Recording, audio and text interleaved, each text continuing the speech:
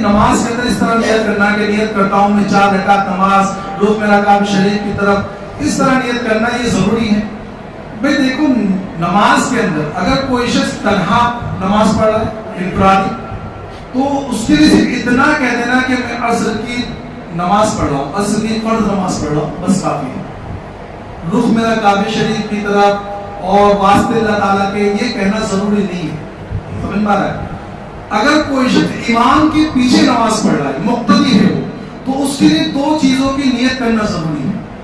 ایک تو یہ کہ وہ کون سی نماز پڑھ رہا ہے، اور دوسرا امام کی اقتدا کی نیت کرنا ضروری ہے، میں امام کے پیچھے نماز پڑھ رہا ہوں، یہ 2 نیت کرنا ضروری ہے۔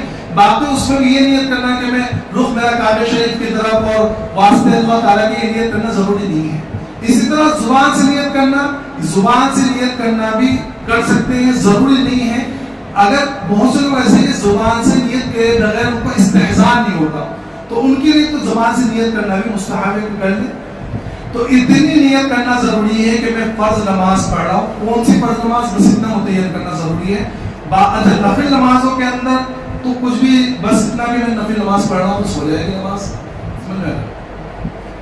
دوسرا ایک سوال یہ ہے کیا عدت کے دوران عورت گھر سے باہر نکل سکتی ہے؟ دیکھو عدت 2 طرح کی ہوتی ہے، ایک ہے عدت طلاق اور ایک ہے عدت وفات۔ عدت طلاق مطلب جس کو طلاق دی گئی اس کی عدت، تو جو اس کو کہتے ہیں مطلقہ، تو مطلقہ کے لیے بغیر کسی شرعی عذر کے باہر نکلنا جائز نہیں۔ شرعی عذر کے ساتھ بہت سخت بیمار پڑ گئے تو ڈاکٹر کے پاس جانا یہ شرعی عذر ہے، تو ایسے شرعی عذر کے لیے نکل سکتی، باقی کسی عذر کے لیے اس کا نکلنا جائز نہیں ہے۔ کمانے کے لیے یعنی اگر اس کو کمانے کے لیے باہر نکلنا بھی جائز نہیں ہے، کیوں؟ کیونکہ مطلقہ کا نفقہ یعنی عدت کے دوران اس کا نفقہ پورا کرنا اس کے شوہر کے اوپر ہے، جس سے نکاح میں تھی اس کے اوپر ضروری ہے کہ وہ مطلقہ کا پورا نفقہ دے عدت کے دوران، سمجھ میں آ رہا ہے؟ تو اس لیے مطلقہ کے لیے تو کسب معاش کے لیے نکلنا بھی ضروری جائز نہیں ہے۔